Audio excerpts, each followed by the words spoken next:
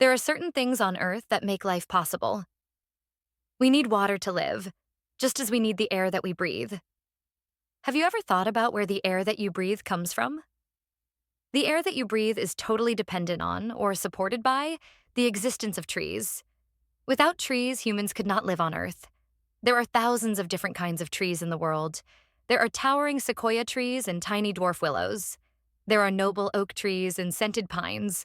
They all help to make life possible on this planet. Trees provide us with many things and perform tasks that you might not even be aware of. For example, trees provide us with oxygen to breathe. Trees also take in carbon dioxide through their leaves. Carbon dioxide is a greenhouse gas, meaning that if too much of it builds up in Earth's atmosphere, our planet will heat up. Therefore, trees help to manage Earth's climate and keep it livable for us. Tree roots help to fight soil erosion and flooding by holding the soil together and absorbing water from the soil. Finally, we use trees, or the wood that comes from trees, all over the world for all kinds of things. Can you think of 3 things that the wood from trees is used for? Let's review the different parts of a tree. Do you remember what the main stem of a tree is called?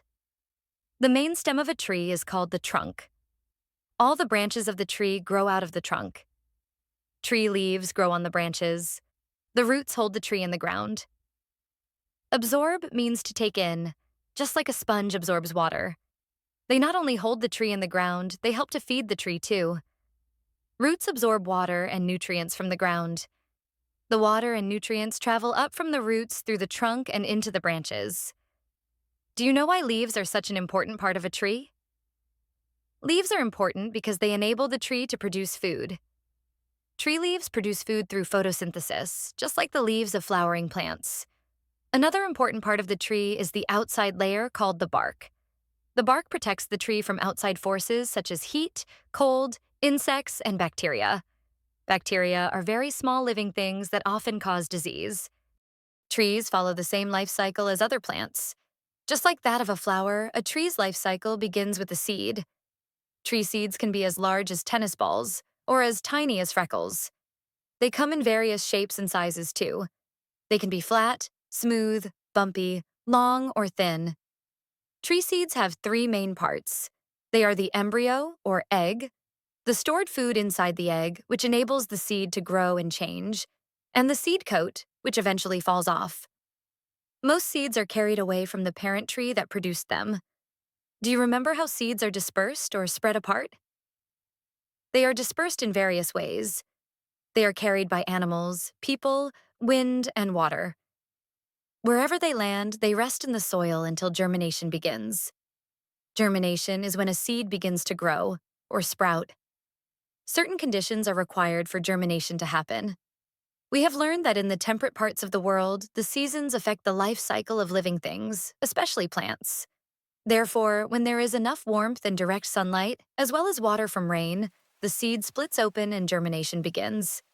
This usually occurs in spring when there is sufficient warmth and rain. This is why April rain showers do indeed bring May flowers. Once germination begins, the seed produces roots that search for groundwater. The word groundwater is a compound word made of the word ground and the word water.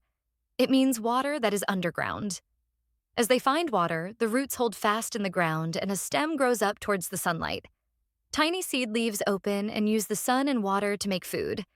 The seed has become a seedling, or a young plant. Seedlings need just the right amount of water, warmth, and sunshine to grow. With the right conditions, seedlings develop into young trees with roots, a trunk, branches, and leaves. Young trees are called saplings. Tree saplings are much smaller than mature trees or adult trees. Usually, trees are called saplings when they are between 3 and 15 years of age. A tree sapling's bark is smooth and its trunk is flexible, meaning it can bend more easily than a mature tree can. When something is flexible, it means it can bend or move quite easily. Stand up and bend to touch your toes to see how flexible you are. Once a tree is considered mature, it may flower and produce fruits, nuts, or cones. Some trees simply produce seeds. There are 2 types of trees, deciduous and evergreen. Deciduous trees shed their leaves. Deciduous trees tend to have wide, flat leaves. whereas evergreen tree leaves tend to be narrow and thin like needles. During the cold winter months, deciduous trees shed their leaves and become inactive for the winter, much like hibernating animals do during the wintertime. In fact, this is what keeps them alive during the coldest part of the year. To prepare for this time of rest, deciduous trees stop using their leaves to make food, and instead they shed these leaves. Then, during the cold winter months, they save their energy until spring returns. In the spring, they will use their energy to produce new leaves. Evergreen trees, on the other hand, shed and reproduce their leaves throughout the year, so there are always green leaves on evergreen trees all year long. The cones of evergreen trees are its flowers. Unlike deciduous trees, evergreen trees do not shed all of their leaves at the end of fall.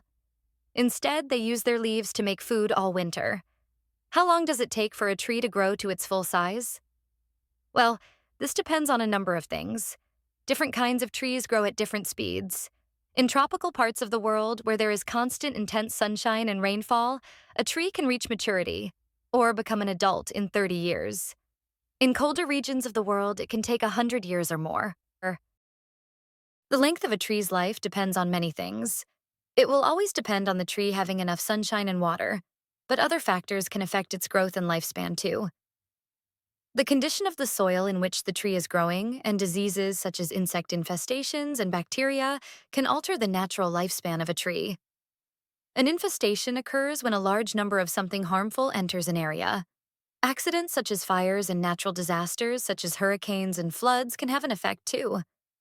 Also, people cut trees down so that they can be used to make a variety of products. When a tree lives for a long time and then dies, it is not totally at the end of its journey. Decomposers, like earthworms, bacteria, and fungi, take over the dead tree. Fungi are living things such as molds, mushrooms, and yeasts that live on dead or decaying things.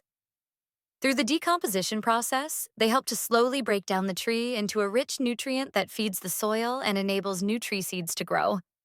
And there you have it, the life cycle of a tree.